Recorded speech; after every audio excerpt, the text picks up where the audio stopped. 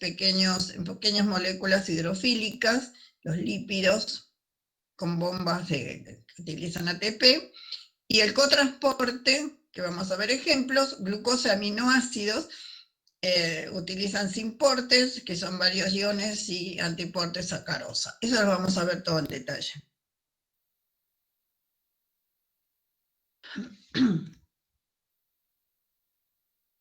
Bueno, proteínas de transporte de membranas. Entonces, los ejemplos son, por ejemplo, las bombas que requieren de ATP. Tenemos un transportador y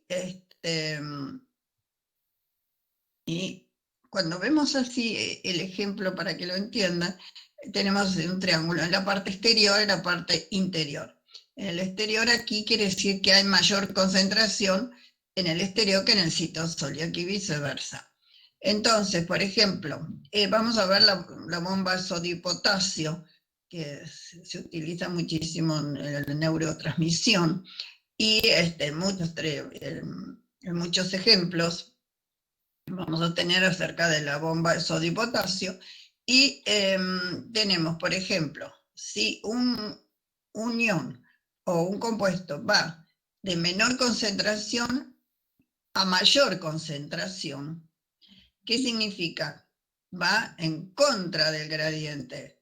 Si va en contra del gradiente, va a necesitar energía. Entonces necesita ATP para que pueda ir de menor concentración a mayor concentración. Generalmente una molécula, ¿cómo va? Que vimos cuando vimos las leyes de la termodinámica, va de mayor concentración a menor, espontáneamente. Ahora, para ir de menor concentración a mayor concentración, tenemos que agregar energía en forma de ATP, y así funcionan las bombas con ATP. Y tienen que tener un transportador. Los transportadores en general son estereoespecíficos.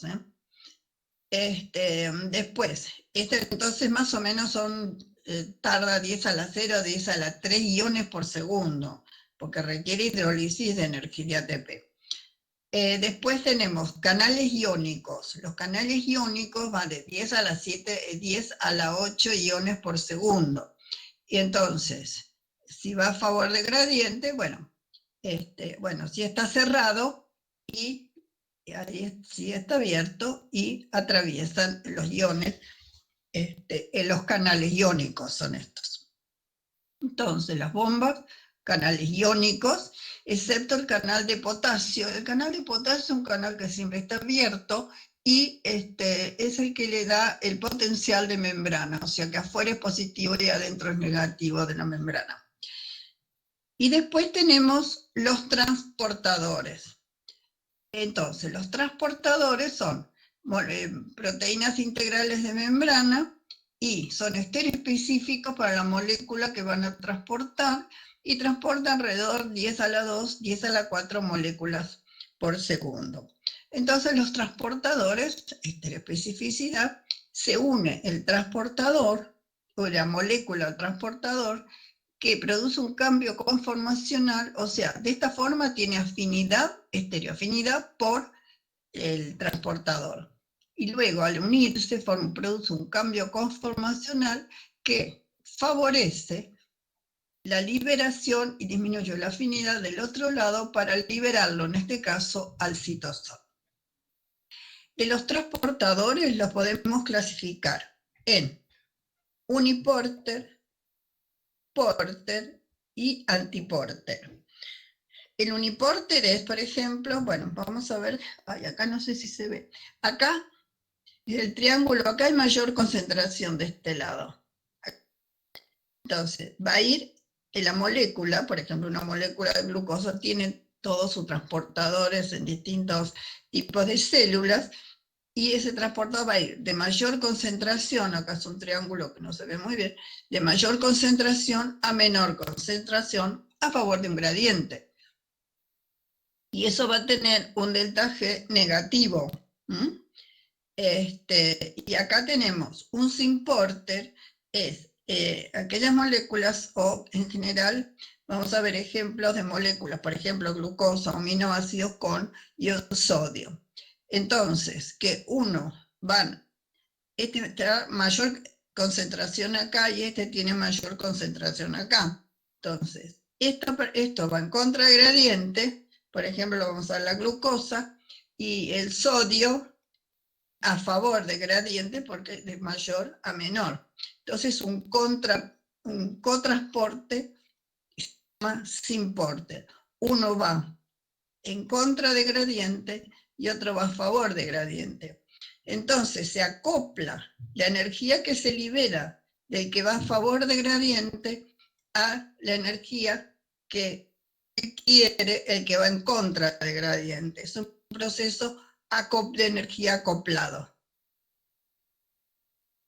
El antiporter es, acá abajo, este triángulo es mayor energía. A ver. Sí. Sí, a ver si, ahora lo veo. Mayor energía y acá tiene mayor energía. Entonces, el antiporter, uno va en contra de gradiente y otro va a favor en gradiente en sentidos diferentes.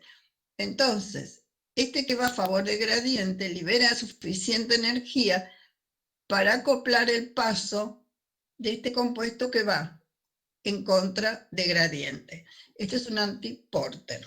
Entonces, entre los transportadores son proteínas integrales de membrana que pueden un uniporter, symporter y antiporter. Estos son procesos acoplados. Y esto va a favor de gradiente, es la única forma, el uniporter, que pueda ingresar. Bueno, acá hay un resumen del tipo de transporte. Por ejemplo, tenemos difusión simple, compuestos no polares solamente, a favor del gradiente de concentración. Difusión facilitada, a favor de un gradiente electroquímico, puede ser. Transporte activo primario con bombas que tienen, que hidrolizan ATP para poder pasar. Después hay un transporte activo secundario, que lo van a ver después, que es cuando es un symporter, donde yo les expliqué recién, que ingresa la glucosa en contra de gradiente y el sodio a favor de gradiente. Pero el sodio tiene que salir en contra de gradiente y va a través de una ATPasa. Ya tenemos muchos ejemplos para verlo. Y a través de la ATPasa sodio-potasio tiene que salir porque siempre hay mucha mayor concentración de sodio fuera de la célula que adentro. Y viceversa, hay mucha concentración de potasio adentro de la célula que afuera. Después está el canal de iones, canales iónicos. Y aquí tienen un ionóforo. Un ionóforo es una pequeña molécula hidrofóbica que puede transportar un ion y facilita el ingreso del ion.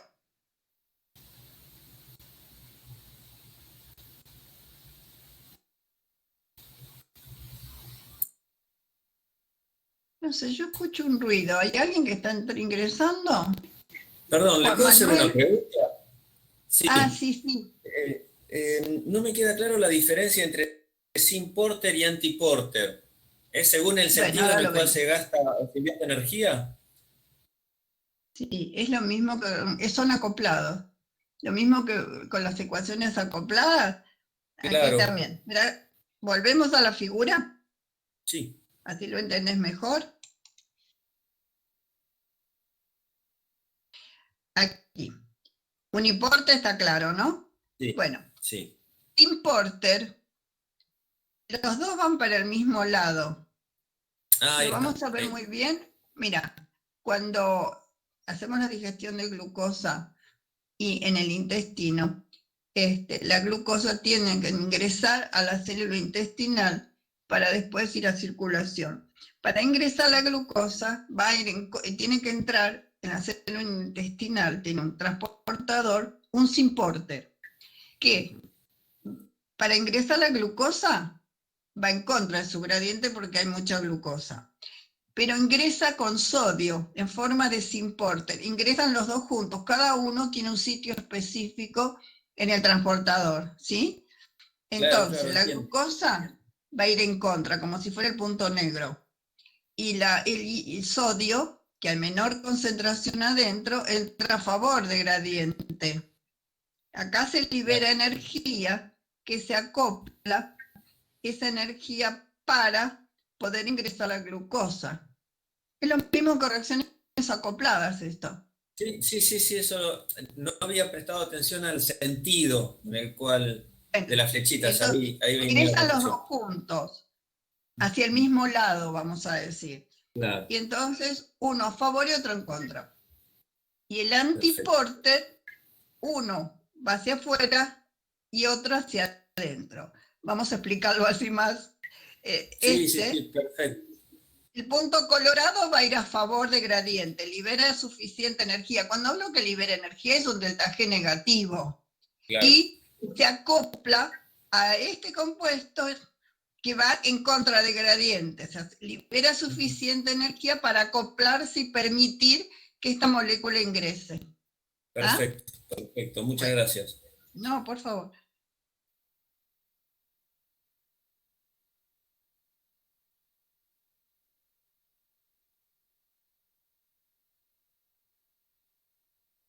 Bueno, movimiento de solutos a través de una membrana permeable. Entonces, aquí tenemos concentración de C1 en C1 mayor que en C2. O sea, si tenemos solutos no polares, no cargados, como vimos hoy al principio, llegamos aquí a un equilibrio, ¿no es cierto? Concentración de C1 es igual a concentración de C2. Ahora, si tenemos iones cargados, además, abrimos aquí la membrana hacia este permeable y tenemos, antes del equilibrio, tenemos velocidad mayor que cero. Y aquí entra donde hay cargas, la carga van a ir, depende si es negativa o positiva, van a ir hacia un lado o hacia otro, ¿sí? Acá tiene que haber, acá hay cargas positivas, perdón, y acá negativas. Entonces el positivo, que es el colorado, va hacia donde hay cargas negativas y el azul va a ir a donde hay cargas positivas, porque es negativo, hasta que también se equilibran.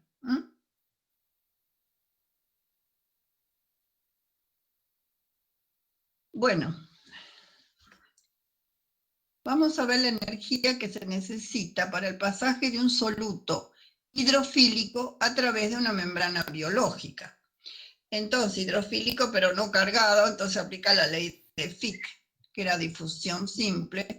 Entonces, para ingresar a una membrana, ¿qué tiene que hacer un soluto hidratado?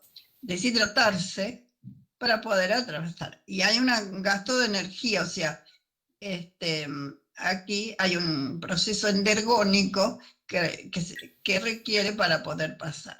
Ustedes se dan cuenta que una molécula soluble tiene que atravesar la membrana y luego, primero deshidratarse, atravesar la membrana y luego salir del otro lado de la membrana. Esto se estudia con membranas sintéticas. Y entonces, volver a hidratarse aquí. Y esto es con difusión simple. Y aquí es con un transportador. Fíjense que el transportador, si tenemos un compuesto hidrofílico, aquí tenemos una proteína integral de membrana, es el transportador.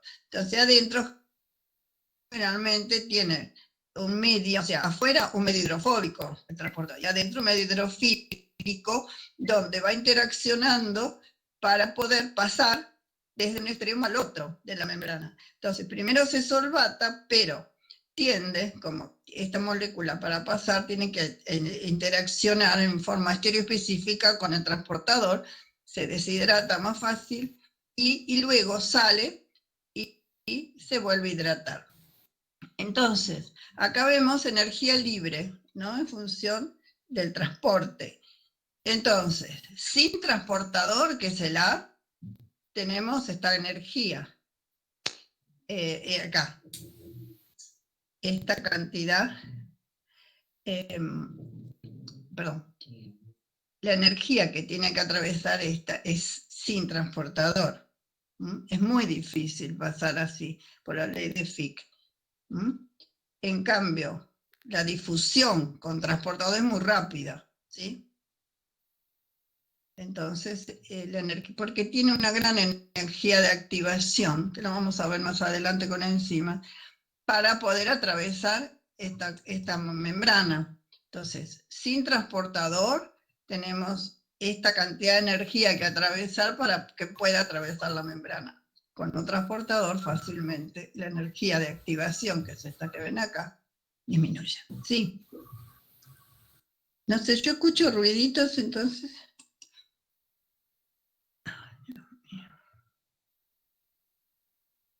¿Alguien quiere preguntar algo? Bueno, sigo.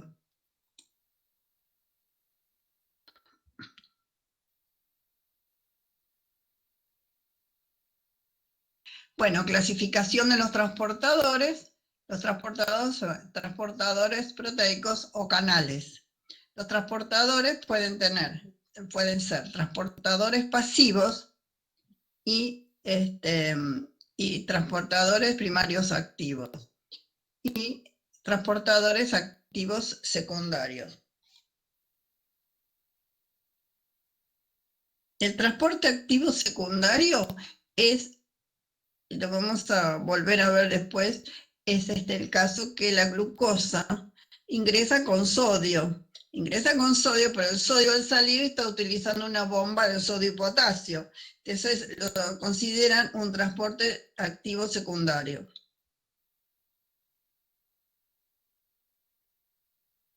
Cinética del transporte de glucosa en eritrocitos. Un ejemplo que había. Velocidad de consumo de glucosa en función de concentración externa de glucosa. Entonces, la difusión pasiva, fíjense la velocidad que tiene.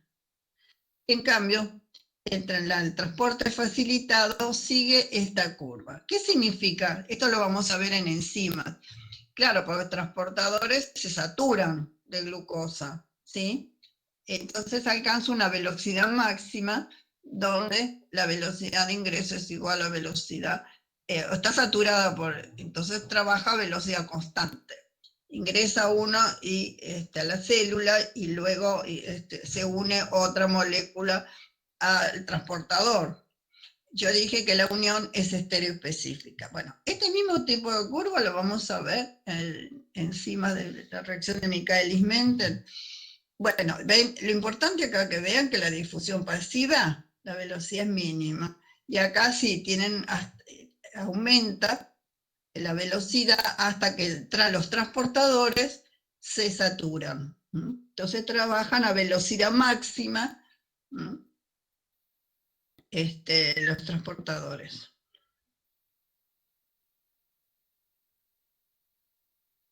Bueno, cinética de transporte de glucosa en eritrocitos y en células del hígado. En velocidad inicial de consumo de glucosa, concentración externa de glucosa. Bueno, es un poco un ejemplo, ven como que los eritrocitos tienen muchos transportadores GLUT1, porque son varios transportadores. Tenemos GLUT1, GLUT2, GLUT3, GLUT4, creo que hay 12, pero lo más importante que vamos a trabajar, que en eritrocitos es GLUT1, son transportadores de glucosa. Y en células del hígado, GLUT2, que también hay un GLUT2 en las células intestinales. Bueno, estos con transportador, en eritrocitos, otro transportador que en el hígado, y esta es la difusión pasiva. Siempre hay saturación cuando hay mucha concentración de glucosa.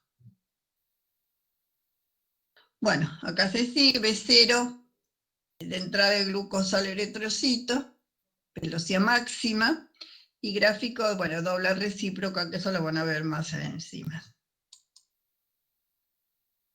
Modelo de transporte de glucosa por GLUT1 en eritrocitos. Entonces, dijimos que en los transportadores hay estereoespecificidad para las moléculas que van a transportar. Ahora no vamos a hablar todavía de sustrato ni nada. Para las moléculas que van a transportar la glucosa. Ven que tienen los transportadores, son proteínas integrales de membrana, y tienen un sitio específico, estéreo específico para la glucosa. Digamos, si se une la D, no se une la L.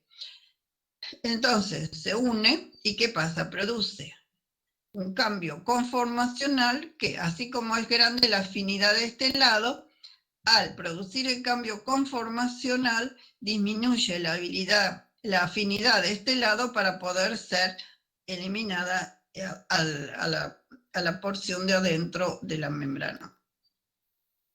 Aquí salió y luego, otra vez, pasa a la conformación más probable para captar otra molécula de glucosa.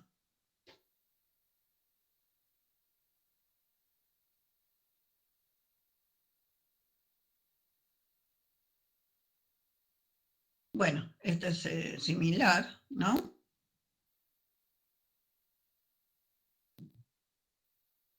Transportadores de glucosa en el genoma humano, bueno, fíjense que tienen información para sintetizar GLUT1, consumo de glucosa basal, GLUT2 en el hígado, en los islotes de páncreas e intestino. Esto lo vamos a ver después el metabolismo bueno, en hígado, remoción de exceso de glucosa de la sangre, en páncreas, regulación de la liberación de insulina.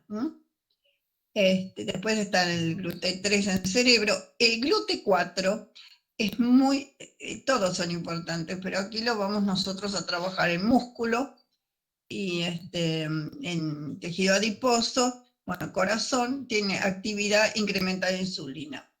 Cuando se libera insulina, vamos a ver que se insertan en las membranas los GLUT4 para captar el músculo y corazón en tejido adiposo, se activan los GLUT4 en las membranas de esos tejidos. Bueno.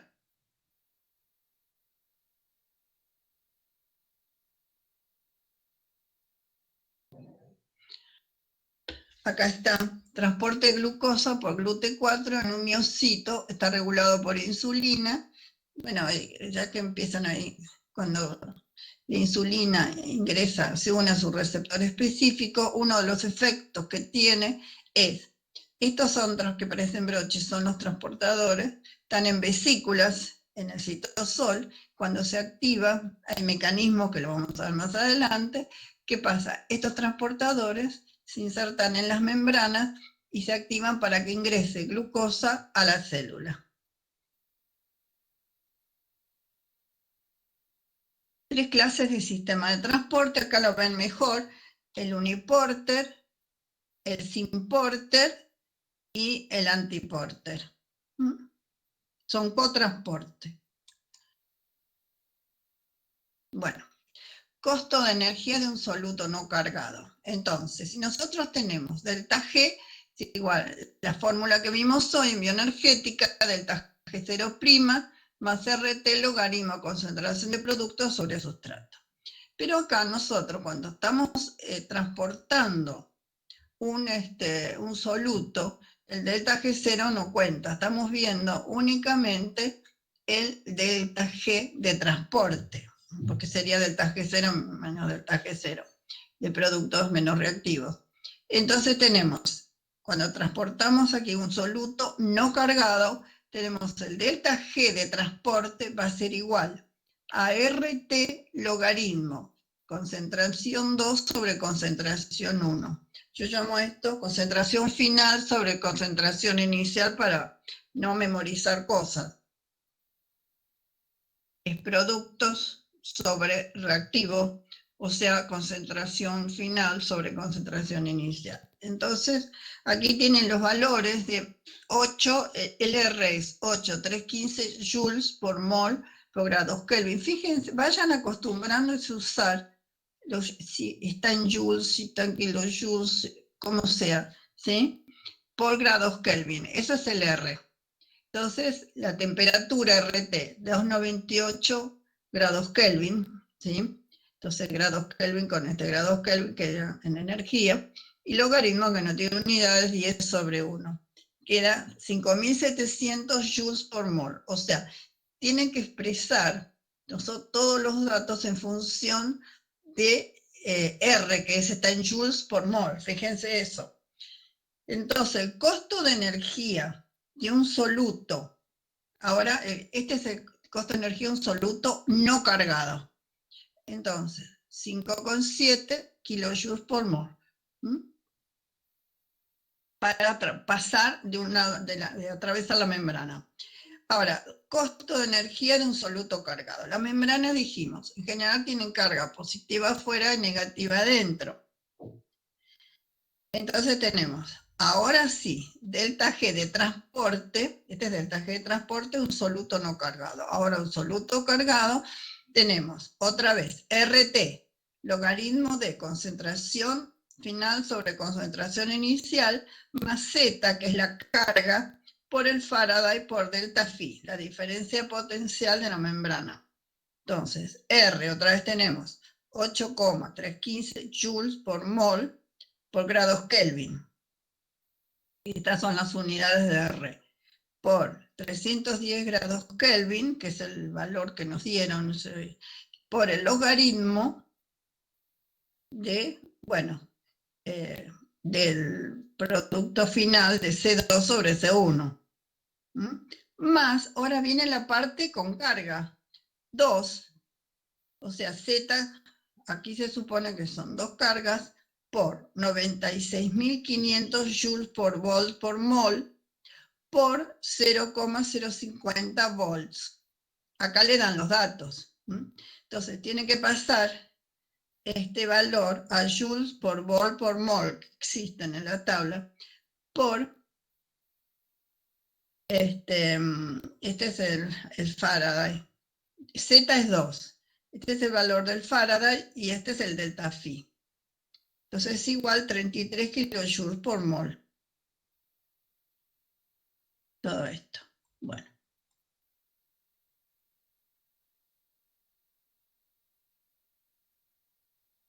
Y acá lo van a ver mejor si tenemos concentración de un ion cargado. Entonces, primero vemos la parte de concentración. Por ejemplo, es el sodio. Dijimos que afuera tiene mayor concentración que adentro. Fíjense, 145 milimolar de sodio y adentro 12 milimolar de sodio. Entonces va a pasar de afuera hacia adentro, a favor de un gradiente. Entonces, el delta G del transporte de concentración va a ser igual a menos 1,45 kilocalorías por mol, o sea, va a favor del gradiente, de un delta G negativo. ¿Está claro? Entonces, ahora viene el potencial eléctrico de la membrana. Dijimos que adentro es negativo y afuera es positivo. Entonces, cuando este ion sodio, bueno, el potencial es 70 milivolts para ingresar, se pone negativo cuando ingresa de positivo a negativo, un ion positivo. Cuando ingresa de positivo a negativo se pone menos. Entonces, delta G de la membrana de potencial eléctrico va a ser menos 1,61 kilocalorías por mol. Entonces, sumamos la parte que corresponde a concentración, más la parte que corresponde a voltaje, nos va a quedar que delta G es igual, delta GC más delta GM, siempre sumo algebraica, es igual a menos 306 kilocalorías por mol. Va también a favor de gradiente la carga positiva. Y no sería positivo el delta G. Bueno, aquí tenemos, vienen colores, lo mismo.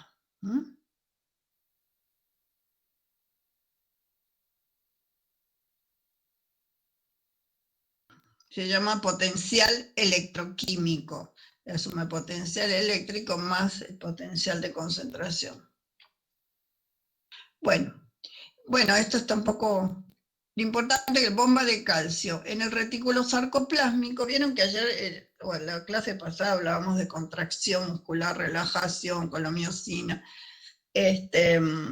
y que se liberaba calcio retículo sarcoplásmico. Acá hay reserva de calcio, o sea, tiene que entrar en contragradiente. Cuando se requiere calcio, contracción, sale el calcio, pero para ingresar, que hay depósito de calcio en el retículo sarcoplásmico, necesita gasto de ATP. Entonces acá está un poco complicado. El sitio de unión al ATP, acá hay ATP, hay un dominio de fosforilación aquí, y no le quiero complicar mucho la vida, después van a entender más porque hay fosforilación de fosforilación. Dominio neuronucleótido, dominio de fosforilación, y bueno, sale calcio, entra calcio, hay ATP, hay una fosforilación para que se active el transportador que permite que ingrese calcio en contragradiente. Bueno, este es el mecanismo postulado a la bomba de calcio, o sea, ven que P y M dominios de conformación E1, aquí se une al ATP, lo importante es esto, el calcio al ATP se une y se mueve el dominio N. Este es el dominio que produce el cambio conformacional, y entonces se libera, se fosforila uno de los componentes, como dijimos, y se une, aquí está el sitio fosforilado. El grupo fosforilo es transferido al aspartato 351 en el dominio P. Lo que quiero ver que entiendan, ustedes no saben qué es el aspartico, no pueden entender que el aspartico se fosforile. El aspartato es un aminoácido que es dicarboxílico monoamino de 4 carbonos. Entonces, en uno de los carboxilos se fosforila el aspartato.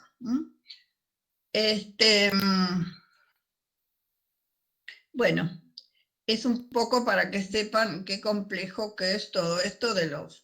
esta es una bomba de calcio. Entonces, sí, cuando hablamos de bomba requiere energía en forma de ATP en este caso.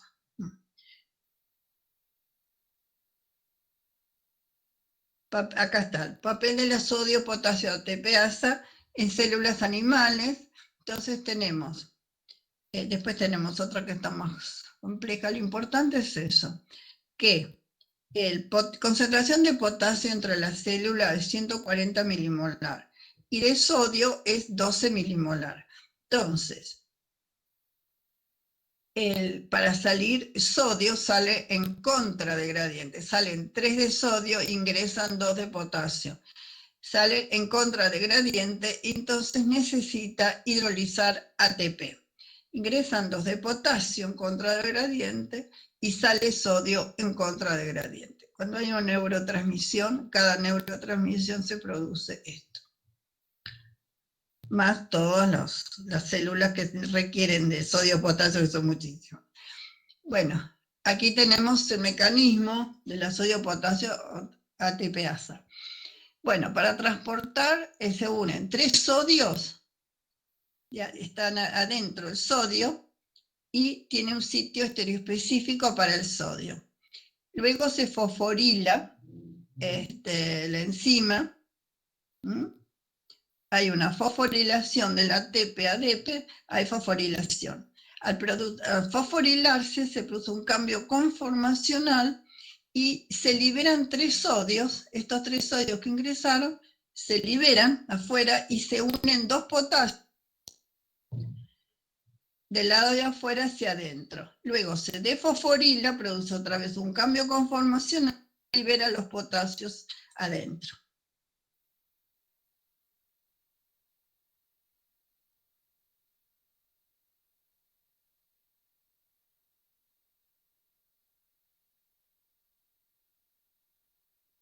Bueno, y acá está la bomba, a ver, perdón, pensé que hay otra, acá está. Y me parece que faltaba una. Aquí tenemos 3 clases de bombas de iones manejadas por ATP. La bomba P, que la ATPasa sodio-potasio, es una. Es esta, que tiene 2 unidades alfa, 2 beta. Un ejemplo, la bomba de sodio y potasio. Después tenemos la F, que es la tepeasa de la mitocondrial, que aquí se traslocan protones en esta zona. F0 tiene subunidades F0, F1, traslocan protones, y esa traslación de protones a favor del gradiente va a liberar energía en la matriz mitocondrial, que va a permitir que la ATPasa sintetice ATP. Y esta es una bomba B1 que se encuentra, bueno, las plantas tienen hay intercambio también de protones, y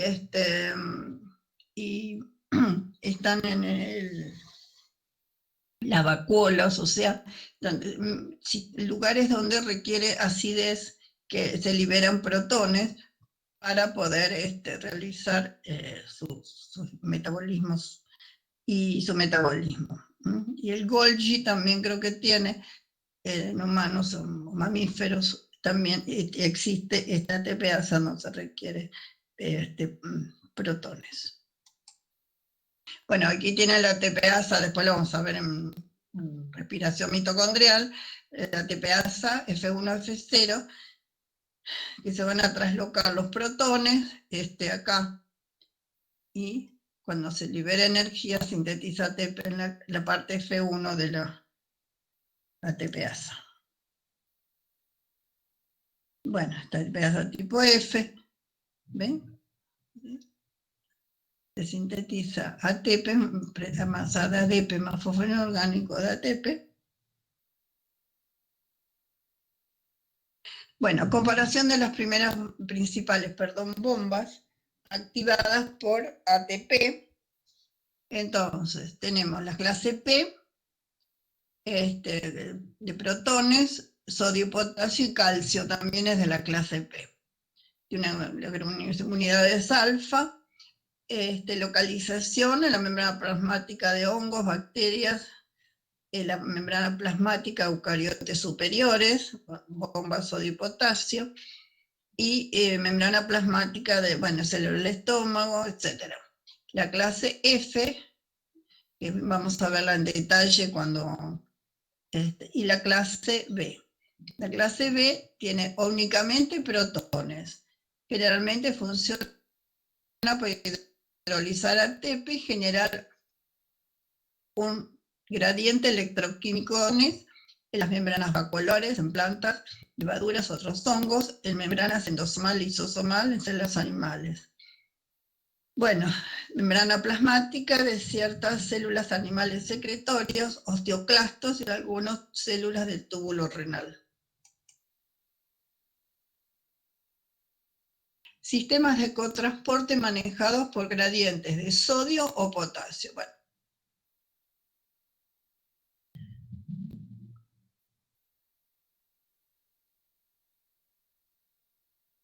Bueno, dos tipos de transporte activo, lo que yo dije, que había transporte activo como la ATPasa sodio-potasio, y transporte activo secundario, que cuando una célula, y lo vamos a ver después, ingresa, por ejemplo, como vimos, glucosa con sodio, el sodio se libera, y ese sodio, ¿se acuerdan que afuera había más sodio que adentro? Ese sodio, para ingresar otra vez otra glucosa, tiene que salir. Entonces utiliza la ATPasa sodio-potasio. Entonces esto se llama un transporte activo secundario, porque acá es un transporte sodio-glucosa, y un importe sodio-glucosa con un transportador. Pero ese sodio, tener que salir y gastar energía, pasar por la bomba sodio-potasio, lo llaman un transporte activo secundario.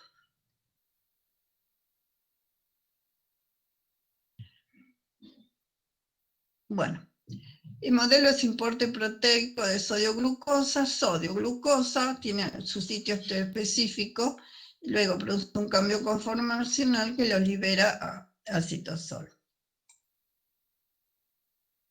Bueno, acá está ahora mejor. El transporte de glucosa en las células de intestino y riñón. Entonces, esto ocurre en la digestión, en las células del intestino, Entonces, este transportador, el Symporter, glucosa, ingresa glucosa, tiene su sitio, y ingresa junto con sodio en un Symporter. La glucosa va en contra de gradiente y el sodio adentro de la célula va a favor de gradiente. Entonces, ve que hay mayor concentración de glucosa que de sodio dentro de la célula intestinal. Entonces, el sodio, como dije antes, tiene que salir para que ingrese otra molécula de glucosa. Entonces, ¿dónde sale? A través de la sodio-potasio ATPasa. Y vuelve otra vez para ingresar con otra molécula de glucosa.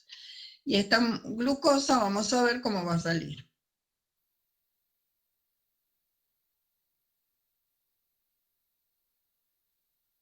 Bueno, acá está cada vez más completo. Células epiteliales, lumen intestinal, ingresa, acá está, la glucosa con sodio, Symporter. Ingresa glucosa, el sodio ¿a dónde va? Va a salir por la sodio-potasio ATPasa. Y acá hay un transportador de glucosa que va a salir a circulación, sangre. Ahora vamos a ver cuál es el transportador.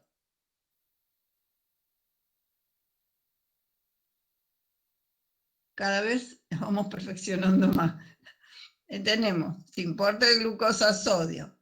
Y la glucosa para entrar, va a circulación otra vez. Ahora sabemos que hay un GLUT2 para glucosa que va a salir a circulación. Y el sodio acá, ATPasa, sodio-potasio, va a salir.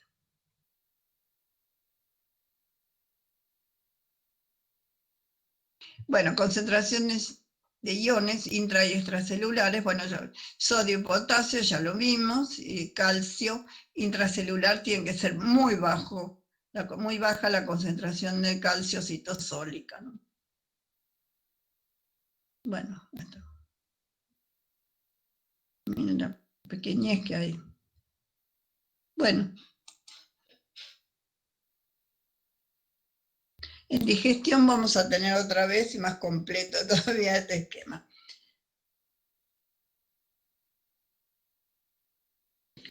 Bueno, ¿alguna pregunta? No, no. Voy a pasar un momentito la grabación. Sí, bueno, más o menos está claro, bien, con muchas diapositivas, ¿no? Se dan cuenta que cuando vimos membrana, no podíamos explicar el transporte sin ver bioenergética. Bueno, a ver, ustedes tienen ahí el librito de cuestionarios, porque quería ver el cuestionario de ácidos nucleicos, les quería indicar que practiquen también con un problemita y a ver algunas preguntas que hay acá, puede ser. ¿Tienen a mano? ¿Lo buscan? ¿Puede ser? Sí. ¿León? Bueno, me avisan cuando lo tengan.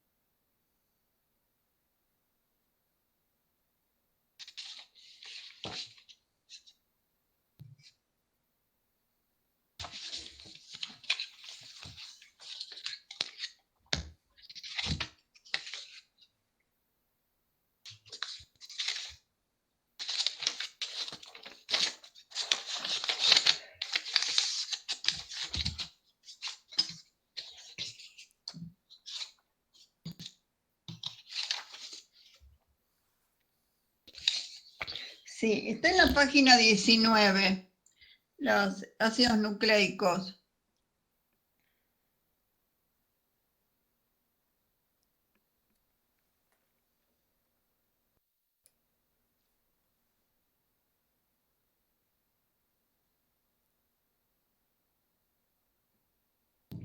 ¿Están? Yo todavía lo estoy buscando. Página 19. Si podemos hacer, yo voy a empezar con lo que, a ver. Porque el cuestionario 5 acá es que enzimas, coenzimas, ácidos nucleicos. Yo los di antes, los de ácidos nucleicos. ¿Estamos?